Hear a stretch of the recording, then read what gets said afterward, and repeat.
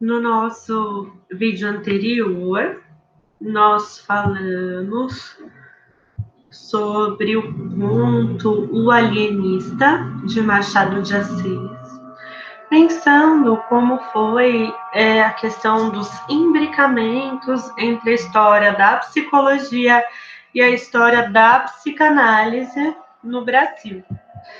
Nós percebemos o quanto a literatura pode ser também uma via de expressão das relações, que é o que a gente está tentando buscar compreender para saber mais da história da psicologia e da história da psicanálise.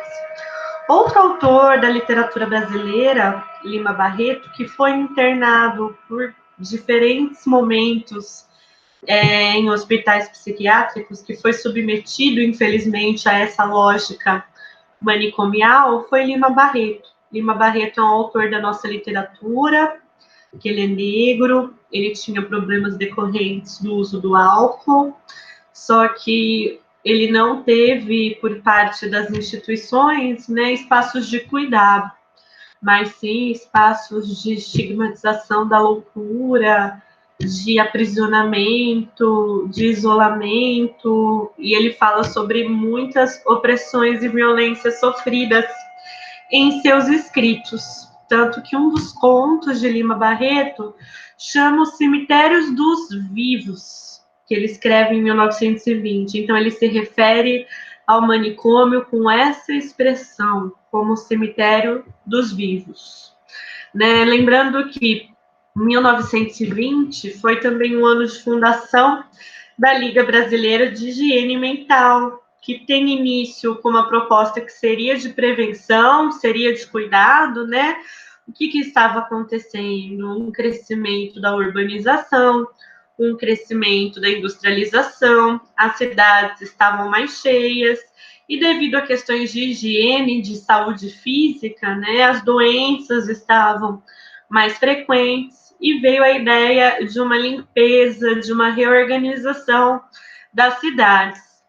Só que alguns profissionais da medicina, da psiquiatria, diziam que a limpeza dos espaços físicos deve vir também com uma limpeza moral.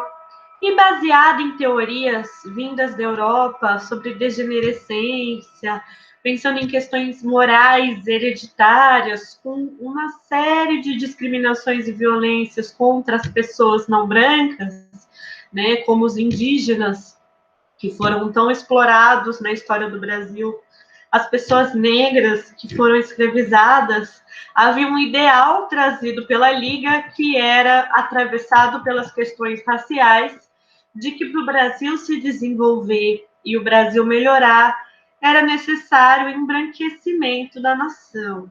Nós vimos essa parte infeliz da nossa história, tanto na aula passada quanto comentamos um pouco hoje, e nós vimos como os movimentos modernistas, com as expressões artísticas, com a valorização das diferenças, das combinações, das misturas e das miscigenações, teve uma oposição a essas políticas de branqueamento. E foi via movimento modernista que a psicanálise também entrou no Brasil, via arte, no Manifesto Antropófago. Aqui está uma imagem do Manifesto Antropófago, de Oswald de Andrade, em que ele diz: só a antropofagia nos une, to be or not to be, só interessa o que não é meu. Uma abertura à diferença, uma valorização da curiosidade, Nós nos vemos enquanto brasileiros e brasileiras a partir das misturas e das combinações, que é o que a psicanálise propõe, que a gente perceba como as pessoas se tornam quem são, como pessoas, mas também como grupos, como Brasil, como relações, não só numa identidade fechada, uma unidade, mas sim como conjunto de identificações das marcas dos vínculos significativos. Então, em 1940, na década de 40, nós ainda não tínhamos ninguém trabalhando com psicanálise no Brasil, pessoas que se denominassem psicanalistas, não havia a clínica psicanalítica, mas havia psicanálise, havia o pensamento psicanalítico. E onde estava? Na medicina e na psiquiatria, como a gente viu, uma tese que foi construída com o pensamento de Freud, na educação, com visões sobre o desenvolvimento, na literatura, no modernismo e também na sociologia e na história. Dois autores que são um exemplo de leitores de Freud, que produziram perspectivas sobre o Brasil, perspectivas sobre as relações de poder, criticamente, olhando criticamente essas relações de poder, criticamente as desigualdades e opressões raciais, foram Gilberto Freire e Sérgio Buarque de Holanda, dessas duas perspectivas, da sociologia e da história. Então, a gente percebe a presença da psicanálise e do pensamento psicanalítico nessa série de campos de conhecimento, né? E é bem interessante perceber o quanto o olhar psicanalítico chegou antes mesmo de haver a clínica. A Virginia Bicudo, uma mulher negra formada em sociologia e política, foi a primeira psicanalista não médica do Brasil. Ela veio da Escola de Sociologia e Política e foi uma das que atuou para que houvesse a Sociedade Brasileira de Psicanálise, teve um papel importante no início da Sociedade Brasileira de Psicanálise. Como vimos na aula passada, foi na década de 60 a regulação da nossa profissão, e aí com o reconhecimento e a regulamentação das áreas de atuação, assim como o início dos cursos de formação. Infelizmente, foi também na década de 60 que nós temos um novo momento muito problemático e infeliz no nosso país, que é a ditadura. E as universidades sofrem influência disso. Um exemplo é que na década de 70, o Ministério da Educação, ele indicou o seguinte direcionamento: que cursos que não fossem práticos deveriam ser fechados, que haviam cursos que não serviam a fins práticos de ordem social. Seriam cursos perigosos, seriam cursos subversivos. Entre eles, filosofia, sociologia, antropologia. No lugar desses cursos, poderia ter uma formação mais direcionada para a prática e mais direcionada para contribuir para a organização social, a serviço da ordem. Então, deveriam ser abertos cursos de psicologia. Então, olha só, houve um incentivo à abertura de cursos de psicologia para substituir pensamentos subversivos, pensamentos críticos à ordem, que se opusessem à ordem, pela psicologia, que seria, de alguma forma, guardiã dessa ordem. Nas próximas aulas, nós conheceremos mais sobre o pensamento de um filósofo que se chama Michel Foucault. E uma das ideias dele é: onde há poder, há resistência. Então, ao mesmo tempo que os cursos de psicologia vêm com esse chamado de estar a serviço do poder, nós também vamos pensar ao longo da matéria a formação em psicologia como um espaço de resistência. Pensando a ditadura no Brasil e pensando o quanto nós, profissionais da psicologia, temos essa responsabilidade em trazer como foi a nossa história, romper silenciamentos, né? Na ditadura no Brasil, 500 mil pessoas foram investigadas por órgãos de segurança, 200 mil pessoas detidas por suspeita de subversão, 10 mil pessoas foram torturadas. Nós teremos uma aula mais lá na frente para falar sobre a psicanálise na escuta de pessoas que sofreram tortura e no resgate dessa verdade histórica desse momento do Brasil. 400 pessoas mortas e 144 pessoas desaparecidas até hoje. Um exemplo dessa demanda de que a psicologia atue na manutenção da ordem é trazido por Cecília Coimbra no livro Guardiães da Ordem. E havia uma pergunta feita para psicólogos e psicólogas: Quais seriam os desajustes emocionais que levam as pessoas a contestarem o sistema? Então, contestar o sistema não seria uma posição política, não seria uma oposição consciente, legítima, mas sim uma desordem, um desajuste emocional. E aqui ela traz o exemplo de uma pesquisa com 44 presos políticos. É neste livro que ela conta sobre a pesquisa, né? Olha só, os presos políticos, qual foi a primeira coisa investigada? A situação da família. Então, o que levaria alguém a contestar a ordem do sistema ditatorial? Ah, problemas na família, pais separados, carências de afeto, problema, né? Com toda essa ideia de normalidade, de que haveriam famílias normais e essas famílias normais trariam pessoas que se adaptariam à ordem. Ocasião em que ingressaram na subversão. Então, tinha todo um estudo para explicar a subversão como uma desordem psicológica, como um distúrbio emocional.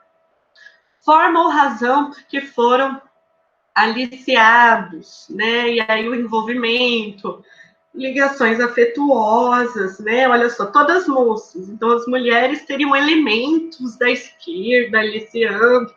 A gente percebe como tem toda uma visão aí da psicologia confirmando, inclusive pessoas da psicanálise, atendendo essa posição de colocar a oposição a um regime político ditatorial como um distúrbio, como um desvio, né? A questão da libertação, o que eles pensam em fazer.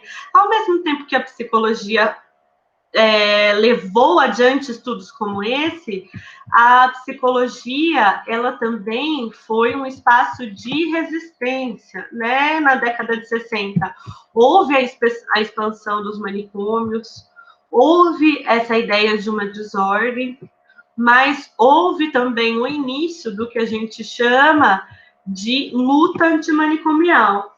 Outra participação da psicologia, além da luta antimanicomial, é na Comissão Nacional da Verdade. Esse relatório foi publicado em 2014, aconteceu no governo Dilma Rousseff, que foi uma mulher também, sofreu tortura na ditadura. E entre as pessoas que fizeram parte da Comissão Nacional da Verdade, havia psicanalistas. Um exemplo é uma psicanalista chamada Maria Rita Kell, e ela diz assim: nossa proposta, ao trabalhar com a psicanálise nas vivências acontecidas no período da ditadura, é singularizar o processo subjetivo e abrir caminhos para que se recomponha o processo histórico, quebrando o silenciamento, né? Essa ruptura do que é silenciado. Nós teremos outras aulas, tanto para falar sobre a luta antimanicomial, a questão da participação da psicologia, da psicanálise, quanto da ditadura e da Comissão Nacional da Verdade. Eu trago nessa aula histórica, porque logo entraremos nas ideias sobre poder e relações de poder, e na ideia de que onde há poder, há resistência. Sendo a psicologia e a psicanálise também espaços de resistência. Aqui a gente tem uma imagem da luta antimanicomial que cresceu principalmente na década de 70. Como eu disse antes, falaremos sobre isso em outras aulas. Aqui está o nosso exercício, né? Você está escutando duas pessoas falando sobre psicologia, conversando, e uma delas diz assim: eu não gostaria que meu filho ou minha filha fizessem cursos de ciências sociais, como filosofia, sociologia, antropologia. São cursos que não servem para nada, só servem para formar pessoas revoltadas. Por mim, não se ensinaria sobre isso nas escolas, só deturpa toda a visão da vida, da sociedade e da ordem. Já a psicologia parece interessante, é um curso prático, pode ajudar as pessoas a se adaptarem, se organizarem, crescerem na vida, seguirem os caminhos certos, alcançarem algum progresso. Então, aqui a gente tem uma imagem da psicologia: ordem, adaptação, ajustamento, progresso, que é algo que a gente viu ao longo da aula. e algumas áreas do conhecimento relacionadas à crítica, à contestação, à oposição, à subversão. E aí, a partir do que a gente discutiu hoje, né, e dando início a essa reflexão sobre poder e resistência, eu gostaria que vocês respondessem. Como você explicaria sobre a psicologia e as demais áreas do conhecimento aqui mencionadas para essa pessoa? Como que você, nessa conversa, falaria do curso de psicologia e também das áreas de conhecimento que pensam sobre questões sociológicas, antropológicas e filosóficas?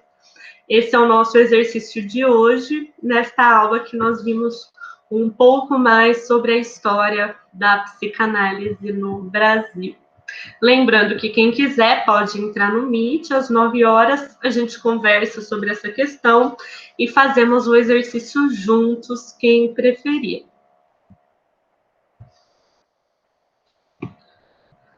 Deixa eu voltar aqui.